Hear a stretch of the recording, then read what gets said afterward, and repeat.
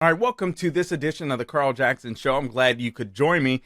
Guys, today on the Carl Jackson Show, I'm going to hone in on this issue, a fractured coalition, how Biden would likely lose re-election in 2024. Now, that isn't a guarantee that he will lose. I'm going to give you the good and the bad and the ugly when it comes to that story. But he is, at least in polling, he appears to be hemorrhaging Black, Latino, and younger voters. That could bode well for the Republican Party, but not necessarily so, because a lot of these voters are looking at third-party candidates. We'll get into that, as well as Claudine Gay, the latest with Claudine Gay. She has resigned as a president of Harvard. We got some news on Ray Epps, Jeffrey Epstein, and more Biden corruption. All of that coming up on this edition of the Carl Jackson Show.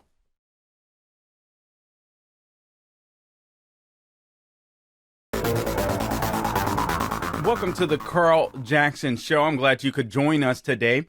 If you want to follow me online, you can do so at the Carl Jackson Show. I'm on X, I'm on Facebook, I'm on Instagram, I'm on Truth Social, and I am on Getter. Also, please subscribe to my podcast wherever you go to get your podcast. You can find me at the Carl Jackson Show. If you would review, subscribe, follow us, we would certainly appreciate that. Guys, I believe that there is a fractured coalition with the Biden administration, and I'm going to tell you exactly how Joe Biden could lose the 2024 election. Now, I'm not going to sit here and pretend like he is definitely going to lose the election. I do believe that, frankly, 2024, despite Joe Biden's fledgling poll numbers and voters that are at least currently unhappy with Joe Biden. Listen, as great as that sounds and harmonious as Republicans are sounding on, yes, his poll numbers are going down. Listen, guys, we've got a long way to go before the election, and every vote is going to count. I'm going to encourage you, just like so many others, if you can get out and vote early and then bring somebody to the polls on election day, make sure you do that. If you can ballot harvest legally wherever you are as a Republican, conservative, constitutionalist, libertarian, please do so. I don't believe a lot of these polls, quite frankly, but I do believe as we inch closer to these elections, both primary elections and the general election, these polls are going to get better because a lot of these polling places, their credibility is on the line. Now, having said that, I believe, again, the Biden administration, this is how they would likely lose the re-election. You guys might recall in 2012, it was then President Barack Obama, after going through, the Republican Party, going through a big primary process, a GOP primary. Mitt Romney surfaces as emerges as the candidate. And then Mitt Romney did a great job, surprised all of us in the first GOP debate against Barack Obama. The second debate, he fell off a little bit. The third debate, he totally fell flat. He caved to the rhinos' wishes, if you will, in the GOP, and he took it easy on Barack Obama, and I think he lost the election, in my opinion, in part as a result of that. Not to mention that Barack Obama did something that I thought was actually pretty clever, and it is the same strategy that you see Joe Biden using right now, but intensified with these Trump persecutions in the court systems from Colorado to Maine to New York to special counsel Jack Smith. But what you're seeing is, again, a fracturing coalition that could hurt Joe Biden and could potentially cost him re-election in 2024. That is assuming that he is the candidate in 2024. Remember, the Democrat superdelegate process that will occur at the DNC convention. He could literally pass his delegates off to someone else, and I'll tell you exactly why. I doubt that will be Kamala Harris. But what happened in 2012, if I could circle back for a quick minute, is what the Democrat Party decided to do with Mitt Romney is because they couldn't defeat him on policy. Remember, you had Obamacare implemented, and that was growing more expensive. Healthcare was growing more expensive. The economy wasn't doing so swell. You had approximately 1% GDP growth. It was horrible for the Biden administration. Race relationships had taken a turn for the worse, and we still see that today. By the way, we'll get to the situation with Claudine Gay. I believe former president or soon to be former president of Harvard. And I'll explain to you why that's a great start, but not necessarily the victory that conservatives were hoping for, or at least, it's not the victory we were hoping for, but it is a good start. And I'll explain why that is. But here's the strategy that Barack Obama used in 2012. It was a strategy of attrition. Carl, what do you mean by attrition? Barack Obama knew that he did not have a good record. Democrats knew that he didn't have a good record. And so he decided to play the race card, and they decided to beat up on Mitt Romney like no one's business. Mitt Romney is still devastated today. There's no doubt about it. But literally, Mitt Romney, they called him a bully because he shaved some kid's head, 50 plus years prior. They said he traveled around with his dog on the top of his vehicle, took vacations with it. They just painted him as a mean guy. This is Mitt Romney being a Mormon, clean-cut guy, decent, a good family man, good husband, good father, so on, etc. Outstanding member of his community, all this kind of good stuff. And they beat the guy up. Milquetoast Romney, they absolutely destroyed. But they weren't excited. Democrat voters weren't excited for Obama either. So what did they do? You had approximately 6 million fewer voters showed up to vote for Barack Obama in that 2012 election. But because they beat up on Romney so bad, you even had fewer Republicans that were excited about Mitt Romney. And so he was not able to defeat, at the time, one of the worst presidents in modern American history, when it should have been a landslide defeat. And so that's why I caution Republicans, listen, I understand polls are exciting. We talk about polls. It gets really exciting, but the polls in the primary are not a reflection of the general election. All right. So I just want to make sure that I am emphatically clear. No matter who your guy is in this primary, this is not a reflection of the general election. And I don't even believe the polls in the primaries because so oftentimes they're using registered voters instead of likely voters. The numbers have been extremely low. But I do believe that these polls are starting to shape a narrative where I think it's going to be really hard for Ron DeSantis and Nikki Haley or any of Vivek Ramaswamy, any one of these other candidates to prevail over Donald Trump. However, you do have Iowa. Iowa sets the stage, right? If DeSantis falls in Iowa, you know what? I don't see him coming back from that. The same is true for New Hampshire and South Carolina with Nikki Haley, but the voters will have the last say. There could be a shakeup there, so we'll have to wait and see. But the left has already started this exact same strategy against Donald Trump. And they have to because of this fractured coalition between Black, Hispanic, and young voters that appear to be abandoning the Democrat Party, specifically abandoning Joe Biden. Now, will that happen in November of this year? We can only hope so. But I want to bring you this information. Hat tip to USA Today, of all places, which typically is a place that, listen, I'll read left-wing sources. I'm not used to reading USA Today, but I will read them on occasion. But their poll actually seems to be conducted fairly, and it seems to be a good poll. So Joe Biden is facing some troubles heading in to this election cycle.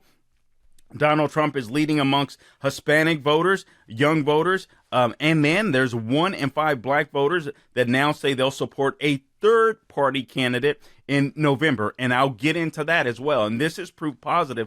In my opinion, this has been one of the better polls that I've seen. This is proof positive that, listen, it is not the election of 2024, no matter who the Republican nominee, it is not a definite win. All right. It's going to take all of us getting on board. So there's a new USA Today Suffolk University poll that says, quote, Biden's failure to consolidate support in key parts of the coalition that elected him in 2020 has left him narrowly trailing Donald Trump. who is the likely Republican nominee. 39% to 37%, 17% support an unnamed third-party candidate. That is a very high number, frankly, for a third-party candidate. And RFK Jr. is the leading candidate. We'll get in third-party candidate. We'll get into that. We'll get into that shortly here. But if these voters decide to come back home, Biden could still potentially win the White House. That's why I say, listen, we've got a long cycle ahead of us. We can't take any vote for granted. Republicans must get out and vote. You cannot be afraid to share your values and your beliefs, whether that is online, whether that is with a family member or with a friend. Don't be afraid to let them know where you stand. I encourage you not to be a jerk about it, but to be persuasive, to be strong in your conviction, and don't move. All right. And perhaps you'll win somebody over. Many of you might go out and register other people to vote. Some of you might get involved in the political process. Wherever God has you, go. Make sure you do it. All right. So here's going on with this USA Today report. When 7 candidates are specified by name, Trump's lead inches up to 3 percentage points. That's 37 to 34%, with the independent RFK Jr. at the top, again, of the third party candidates at 10%.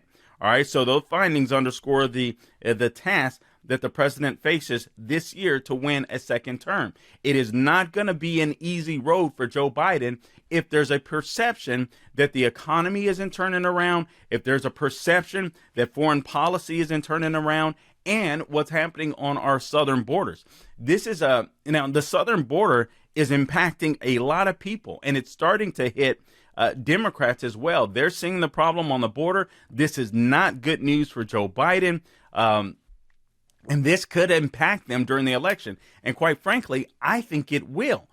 So they're playing a cat and mouse game. Bring in as many illegals as you can to vote Democrat. Meanwhile, you've got Democrats turning away from the Democrat Party because of illegal immigration. Back with more on the other side. The busing of migrants, the putting them on flights, it is shameful that is occurring. And instead of, if the governor really truly wants to deal with this issue, he should talk to the senators in his state. All right. So this is Karine Jean-Pierre. She's talking about how it's shameful that Governor Greg Abbott, we addressed this the other day. It's shameful how he's busing illegal immigrants into the United States. Now, apparently, it's not shameful that there's an open border that the Democrat Party and Joe Biden and his administration refuse to close. I mean, there's no other country in the world that is dumb enough to leave their borders open the way that we are, both our southern border and our northern border, which, even there, we've seen an increase of illegal immigrants coming across the northern border. Obviously not compared to the same numbers that we see on the southern border, but things have gotten increasingly bad. Now, it is up to the president of the United States, the executive branch, to control the borders. We have the president, that is the commander-in-chief. We have the Department of Homeland Security with Alejandro Mayorkas leading that charge, and they are refusing to secure the borders. And listen, they have no allies in this. Mexico is saying, listen, you got to work with our allies and we can get something done on the border. You're talking about dictatorial nations, tyrannical nations, Venezuela, so on, etc. This is absolutely insane. Mexico has very strong border policies. They're allowing the illegal aliens, migrants, whatever you want to call them, to come right through Mexico and into the United States. But notice they're not letting them stay in Mexico because Mexico is not as dumb as the Democrat Party within the United States. But the Democrat Party has a plan. Remember, I was telling you that that Joe Biden is losing. His coalition is being fractured. All right, so they need blacks, they need Latinos, they need, woke whites. These people, the LGBTQ community, they need all these cool coalition of groups in order to win elections. And that's why the left always try to keep their voters mad so they can keep them emotionally tied to the Democrat Party. There's never any solutions to the problems. It's always blame Republicans. This year it's blame Trump, blame Republicans, so on, etc. That's what they always do. Now, here's a quote. I want to show you guys that next year is not a definite win for the Republican Party. It's got to be all hands on deck. Do not take these. This is why I was so concerned with so many Republicans taking these polls and just running with these polls. And I get it, man. Your guy is winning. You're very excited. I completely get it. But the way the polls have been conducted have been a joke. But more than that, I'm afraid they set a narrative that if Trump is the nominee or if there's a GOP nominee, then it's an automatic shoo-in. And guys, let me remind you of 2022. Let me remind you of 2023. Dare I remind you of 2023. Nothing when elections is a given anymore. We've got to get out and we've got to hustle. Yes, we know that there will be some type of cheating, but you know what? There is more of us, I believe, sensible Americans than there are commies in the United States of America. And we have to make sure that we win the election. We just have to show up and bring a friend. All right. But I want to give you an instance or an example of where black voters aren't necessarily, even though you see this fracturing of black, Hispanic, and young voters, Republicans can't raise their hands in victory quite yet. All right, so here's a quote from a black woman, a small business owner by the name of Michelle Durr, 55 years of age. She says, I think he's done a reasonably sound job, speaking of Joe Biden, but it's not been a wow administration. How could anyone in their right mind, higher food prices, higher gas prices, think that this guy is doing a reasonable job? Now, Durr, again, is a Democrat who plans to vote for Biden, according to USA Today. She's a small business owner. She's from Alexandria, Virginia. That might explain it because that's one of the richest areas in the entire United States because it's a suburb just outside of the swamp, Washington, D.C. And she was amongst the people that they surveyed. And she says, and I quote, "For me, it's disappointing that we have two old white guys in this race again. I want to look forward to the future." Now, guys, see, this is what I'm saying.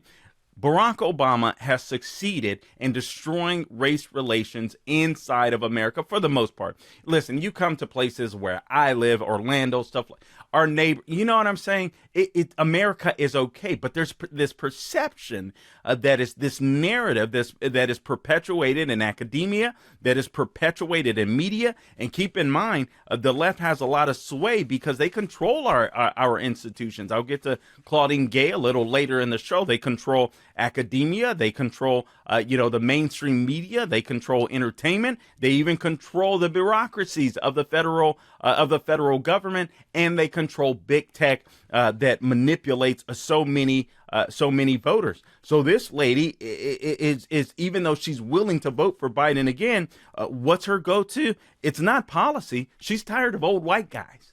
She's tired of the old white guys. All right. Now, black and Latino support for Joe Biden has taken a nosedive. Biden now claims that the support of just 63% of black voters. That's a huge drop from 87% that he carried in 2020. Now, I do want to say, even in 2020, that was a huge drop.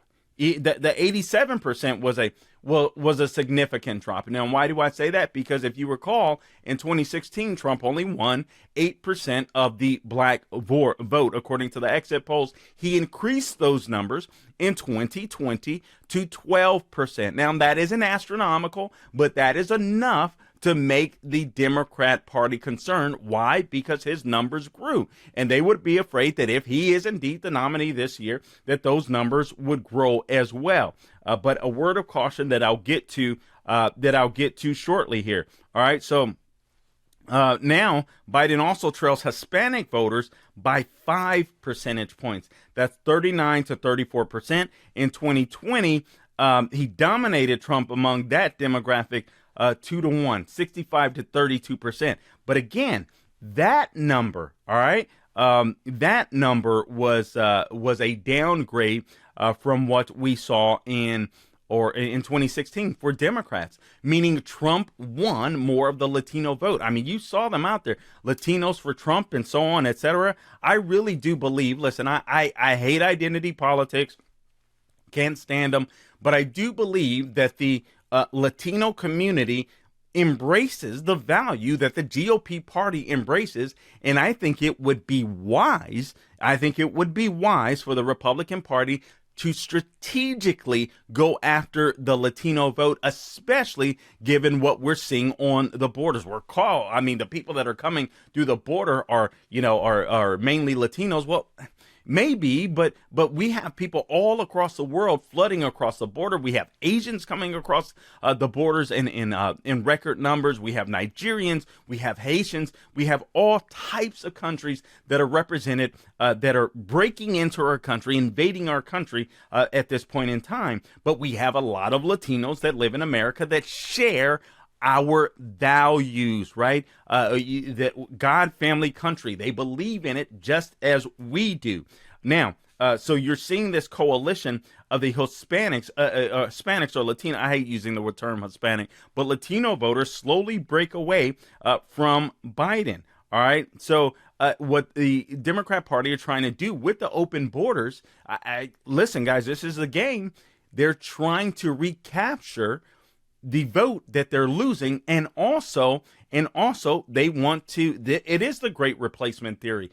They want to replace white voters. The majority of voters in America are still white. They want to flood the zone with a bunch of people that don't believe in the values and the principles of our system, a Judeo-Christian system, or even Western civilization for that matter. They want a bunch of non-assimilated people that are going to be a perpetual underclass that will continuously vote for the Democrat Party.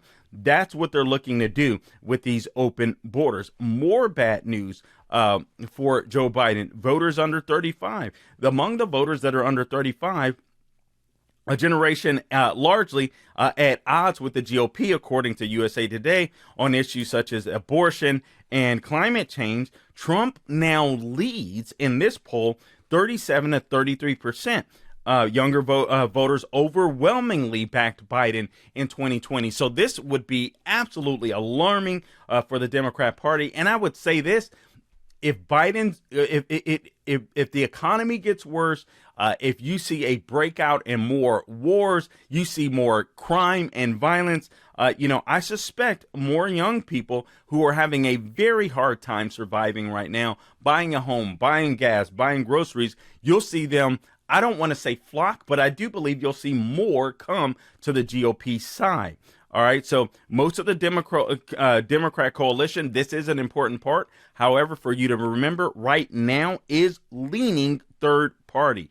So the good news for the president is that much of the support he needs to rebuild has drifted third-party candidates and not likely to the opponent. So that is something as Republicans that we have to work on. It is promising that some people are starting to look at the Biden administration and the Democrat Party and say, ooh, I don't know that I want to go that route.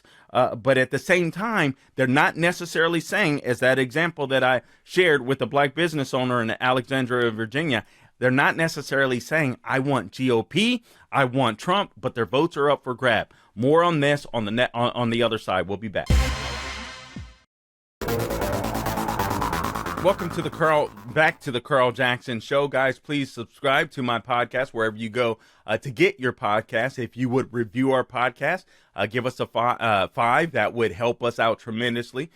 Also, if you would subscribe or follow wherever you go to get your podcast, we would certainly appreciate that. And then on all things social media, at the Carl Jackson Show is where you can go to find me. I am on X, I am on Instagram, I'm on Facebook, YouTube, Rumble, wherever you go to find the Carl Jackson, wherever you go to find the Carl Jackson Show. I think I just mixed up the podcast and the social media, but nonetheless, at the Carl Jackson Show is where you can find me on either mediums there. Okay, so we were talking about this. Most of the Democrat coalition is looking into third party. So this isn't necessarily a plus for the Republican Party, but I do think that it can be. I do believe that once the GOP primary is settled and then you have a one-on-one, whether it's Biden, and I'm not convinced still that Biden is going to be the nominee, but for the sake of argument, for the sake of arguing, we will presume that Biden will be the nominee. I don't suspect that he would debate anyone. The guy's mind is just too far gone. So all of the arms of the Democrat Party are going to be out to help Biden and the Democrat Party win. I think we're already seeing that with these persecutions of Donald Trump in places like Colorado, Maine, not to mention Jack Smith. And the Mar-a-Lago, the paperwork, the documents, and all that kind of stuff. By the way, Joe Biden, and I'll get into some Biden corruption in this program as well. Remember, Joe Biden and his special counsel can't even remember the name of his special counsel, just said, hey, he gets to walk, despite the fact that he was a senator and he was a vice president of the United States when he was taking papers from the White House that he did not have the authority to take or to read, more top secret type stuff. All right, so just remember that. So there's no fair play in the Justice Department. They are on the side of the Democrat team. All right, these are a bunch of wokesters, so keep that in mind. The Republican Party isn't just running against a candidate. We are running against mainstream media. We are running against academia. And again, I told you I'll get to Claudine Gay. I'll get to her shortly. We're running against academia. We're running against Hollywood. We're running against big tech. But if there's enough of our voters that show up, they can't cheat. All right, now, getting back to this. So the possible good news, again, for the president is that much of the support that he needs to rebuild has drifted to third-party candidates. 20% of Hispanic and black voters and 21% of young voters now say they'll back someone other than the two main contenders. So the bad news for the Republican Party potentially is, even though they're leaving the Democrat Party, not all of them, at least when it comes to the younger voters, and younger voters are making up more and more of the electorate today, but they're not going for the Republican Party at this point, and perhaps that can change. And also, this is important, I think, to share, because and guys, listen, I'm not a what do you call that, a Debbie Downer or anything like that, but I've heard talks for years that the black vote is Republicans are going to win the black vote by these huge amounts, and it just hasn't happened. I do believe that it can happen, and I do believe there are people that are making valiant efforts to make that happen, and slowly but surely over time, I believe that more blacks will wake up, but I think it's going to be, I really do believe that it's going to take churches, sadly, to wake, and I shouldn't say sadly, to wake a lot of black voters up. It's going to take black churches talking about sin and not about race, not putting race before sin, and then you would start to see more blacks, I believe, vote Republican. You would start to see less Claudine Gays, who is the former or soon-to-be former president of Harvard, that has resigned, and as soon as she's fired or decides to resign, she blames racism. For losing her job, and of course she would, but let's be real, it was her racism towards Jews that caused people like Chris Rufo and others to start inspecting her own academic prowess, if you will, and exposed her. So it was her racism and the racism of the Democrat Party and the left that elevated her to that position, because she certainly did not deserve that position.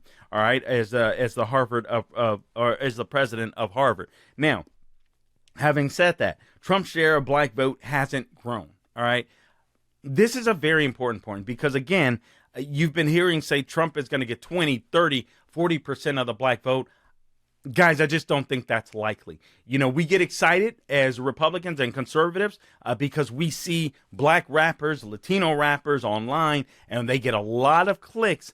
And I praise God for them. I'm thankful that they're out there impacting the culture, but it isn't going to be, they're not going to impact voting in 1 or 2 election cycles. This is going to be a generation of work where people aren't just focused on Trump the man, but more focused on Trump and the Republican Party on policy. And once people start connecting the dots with the Republican Party and policy, then you'll see more people leave the Democrat Party and go to the Republican Party. So that's just something you have to remember. Right now, Trump has the support of 12% of black voters, according to USA Today, which is basically the same number. So he hasn't lost any, but at least according to this polling, and this was a polling done with both landlines and cell phones of likely voters, but it shows that he hasn't, if you believe this, it shows that he hasn't gained black support. And frankly, I do believe that.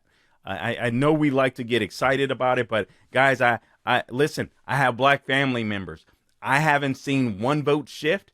I have some conservative black family members. I have some Democrat family members that don't realize they're voting for commies. Their opinions haven't changed whatsoever. All right. I frankly, I haven't seen a lot of people that have moved. Maybe there have been some more people in some of the younger demographic, but frankly, a lot of the people that I see online as well, it's a lot of the same people. So I'm just not convinced. I hope I'm wrong. All right. So it says here, although Trump hasn't grown support among black voters, he has closed the deficit because third-party voters come off of Biden's support among blacks. And this is according to a guy by the name of David Paleagos. He's the director of SOFIX Political Research Center. He says a young voter or a person of a color voting third party is a vote away from President Biden, and a vote away from President Biden is a vote for Donald Trump. And I don't necessarily believe that's true. Again, but I do believe this helps Trump. I do believe, or whomever the GOP nominee might be. But right at this point, it's likely that it'll be Trump, unless DeSantis or Nikki Haley stage, a formidable fight in both Iowa and New Hampshire, in the early states, and in South Carolina. But this does help Trump to some extent. But again, I want to reiterate. This is in part wishful thinking. What will likely happen is this will be an election of attrition. I'm not convinced that we'll see the same numbers for either Trump or Biden that we saw in 2020. I do believe we will see, or we will witness, in my opinion, the 2012 model, Obama, Mitt Romney, where it'll be a vote of attrition. Beat up your opponent so bad that their voters don't show up. Now, you do have that added third-party candidate in RFK Jr., who, again, is polling pretty well considering a third-party candidate. But in my opinion, he takes away just as much from the right as he does from the left. All right. But the polling tactics have been getting better. Now, here's something that could be good for Biden if this does indeed come to fruition. There is a perception out there that this is happening, that the economy is getting better. All right. The bad news for Biden is right now it is the borders that are polling bad for him. Thank God more people are paying attention to it as you see more illegal aliens that are being bussed into some of these blue cities.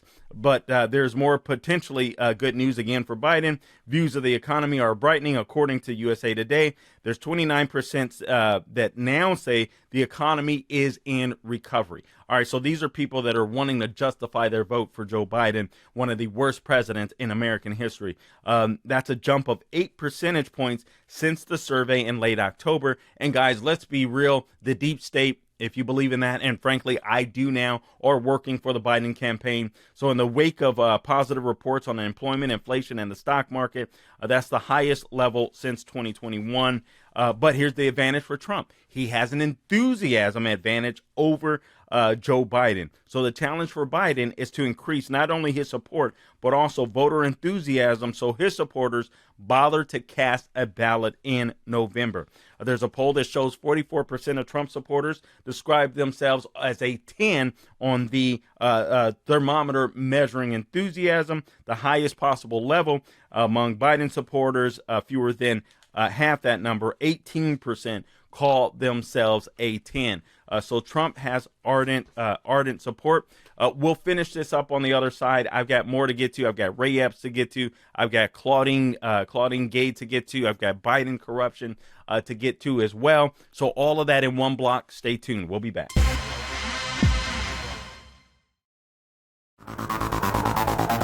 All right, welcome back to the Carl Jackson Show. In our last block, I've got so much that I want to bring to you. I actually want to show you a video that I do want you to see. This is Jeffrey Epstein's brother.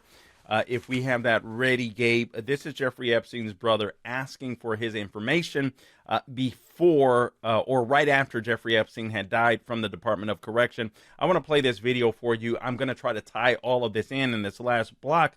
This is going to be extremely difficult, so don't try this at home. But let's go ahead and roll the video, por favor, Gabe. Okay, but as of right now, you're telling me you can't find the PCR report. Not for the 10th of August, 2019. No, it's not in the fire department database. I don't know why.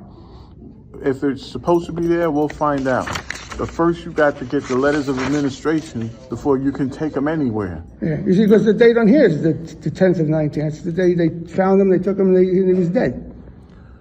Well, then they might have taken him directly to the morgue. So No, he was in the hospital. I have photographs of him in the hospital, too. Oh, well, you didn't tell me that. I'm just going by.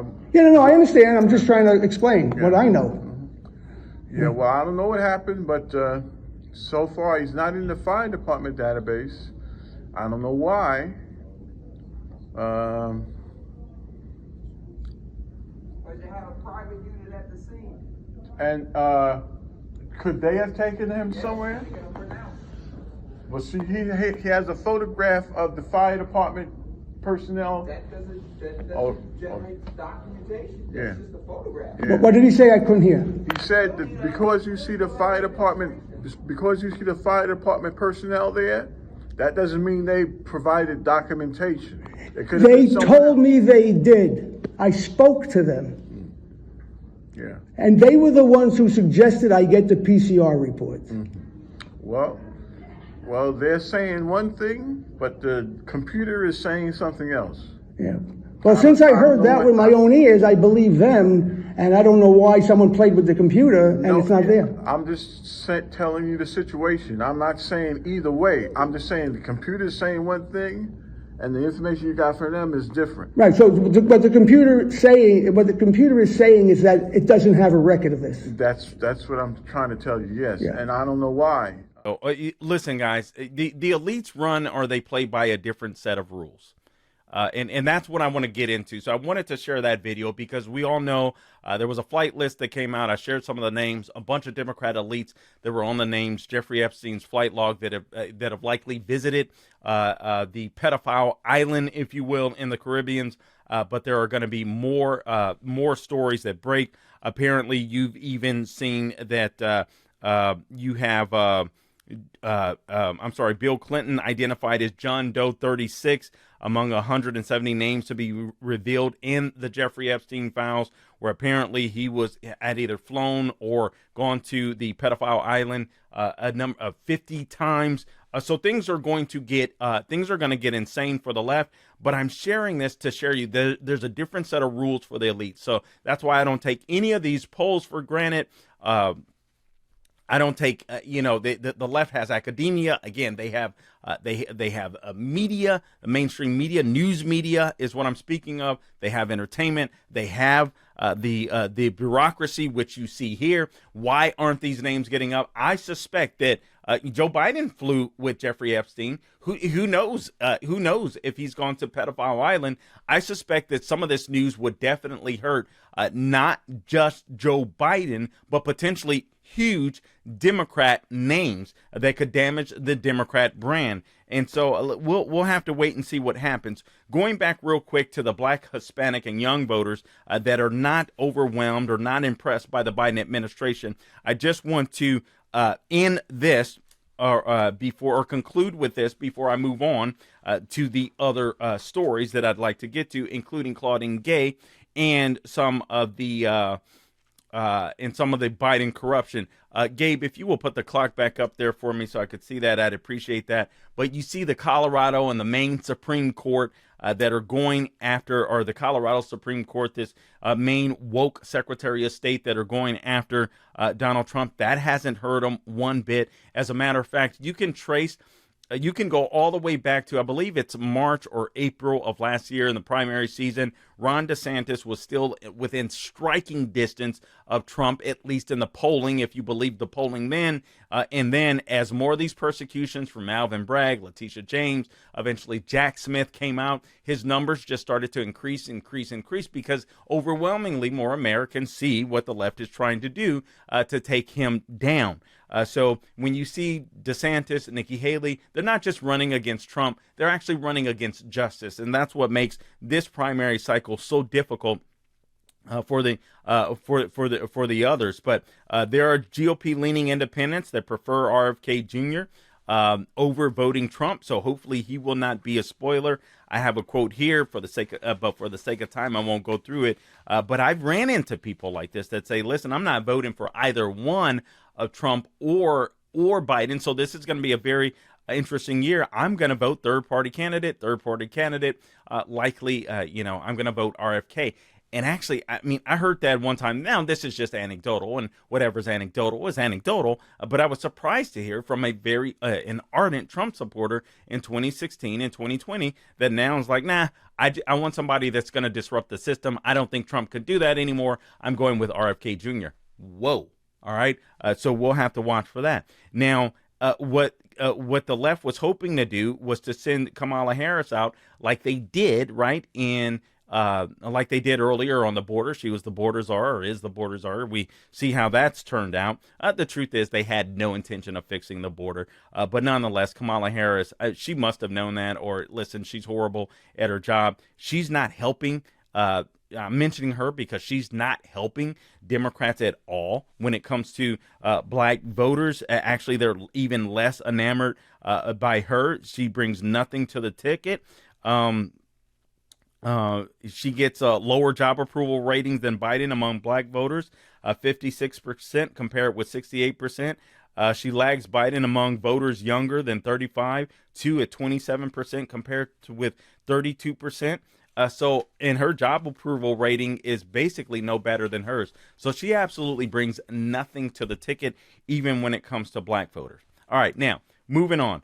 I wanted to talk to you a little bit about again, I've been saying for the entirety of this program that we're fighting not just against Joe Biden and his administration for this election. We're fighting against the mainstream media. We're fighting against academia.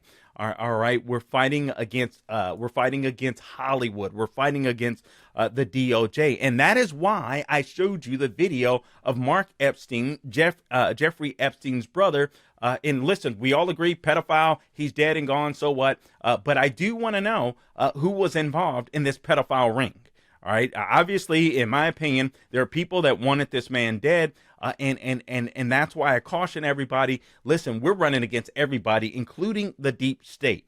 All right. Now, also, let me share this bit of information for you before I move on to Claudine Gay.